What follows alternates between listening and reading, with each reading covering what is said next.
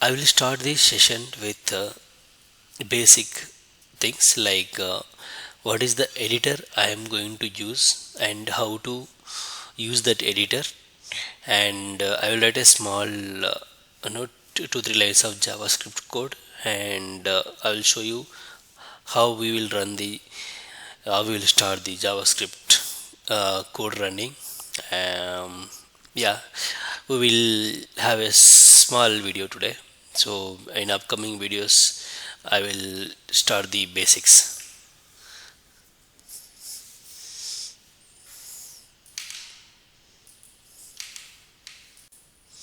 So I will start. So this is the brackets, and I have already read some code, and maybe I will rewrite it. And so you can see the symbol, so you can search online and get it also. So just type brackets, you know you will see this is free open source, and you can download it and install it. Simple installation only. So after that I just opened it, and I created a small HTML file called index.html, and then with the head and body. So now generally we write the JavaScript code at the end of the body, before closing the body tag. So that is the best practice. So I will explain why it is the best practice in upcoming video. So any JavaScript code, so usually in .NET applications or Java applications, whenever we have little bit scope for JavaScript and we don't use much JavaScript, people used to write JavaScript code within the HTML file itself under the script tag, so instead of having the separate files. But here I will show you how to write JavaScript in separate JS file, which is JavaScript file, and how to refer that in the HTML page also I will show you, because that's how we'll be writing the our entire JavaScript code in upcoming videos. So here just for demonstration purpose, as a first video I just write in HTML page itself. So we write the JavaScript code under the tag called script. So whatever we write inside the script, so the browser will determine this is JavaScript. So earlier days we used to write what it is type application or JavaScript or ESM script or like that. Now that is not required. Now just you can leave it. Now from HTML5 onwards, I think 4 onwards itself, you no need to mention what is the type you are going to write. Just you mention the script. Now here I just write one declare variable where a equal to 10, and I just display it in an alert box. If you don't know alert, what is alert, I'll tell you. So alert A. So alert is nothing but it will give you some dialog box. Okay. So generally in applications we don't use much alert boxes. Earlier we used to use to suppose example when you are going from one page to another page, so then application easy to throw a dialog box saying do you want to save the changes or like that. You might experience that mostly in many applications where you put your input, or payment applications, many places. So like that alert box will be used, and nowadays even now pop-ups are being used instead of alert boxes. So but whatever it is, so now I'm just showing you how we will run the JavaScript code through bracket software. So just I have written where a is equal to 10 and alert a, so to show the value. So now how to run it? Generally how you will run it means, so you'll go to the location of the page and just you will run it. So double click, so then this, you like this, it will come. So this approach is one of the approach, like where you go to the exact HTML file and run it.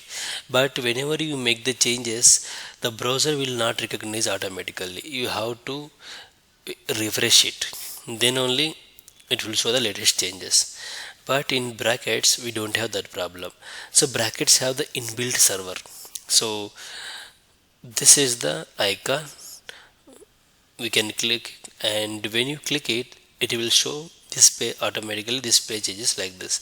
And now let's say I made some changes. Instead of 10 I make it 100 and just save it. Now you can see automatically it is updated and you no need to refresh the page.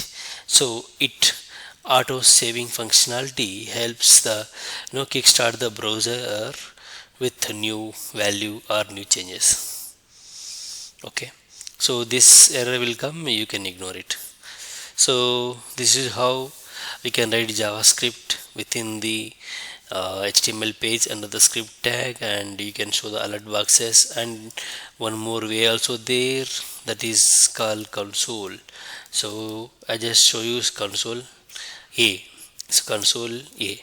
So console in the sense nothing but a console is a object here and log is a method. So now when you going to write like this in brackets, it will show you log.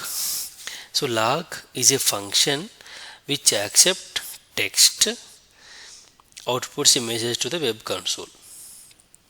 Okay, so now you can save it. Now instead of showing it in the inside the alert box, now you see nothing is there, but it is already written to the console, where you can see press the F12.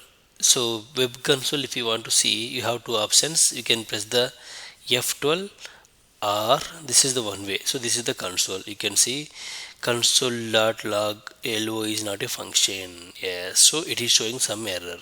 So line number index.html, line number 8. Okay, so whenever you got like this, you can see that whenever you did some mistake, you can see like this. So now here index.html, and it is the colon 8 means line number 8. If you click it, it will show you directly what it is. So now we just say console.lo, but it is log. So now if you come back, now we can see 100. So we didn't refresh, automatically it auto saving functionality, it kickstarted the browser with the latest value. So now 100 came.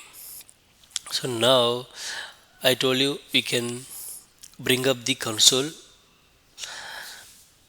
in different ways, like pressing F12 is one of the way, and another way is just click on this dots and more tools, then developer tools, or Control Shift I also will bring up this Control Shift I.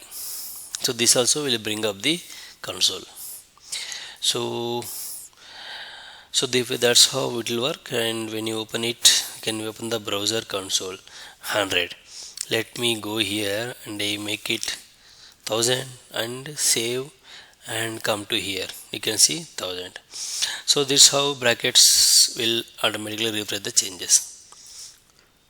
So I think with this we can conclude, and from next video onwards we will start JavaScript from the beginning, from the data type onwards, and what is the data type, how data type, where keyword will work, and how it will behave when you assign different values, and what it is types. So we completely focus on the data type var in next video.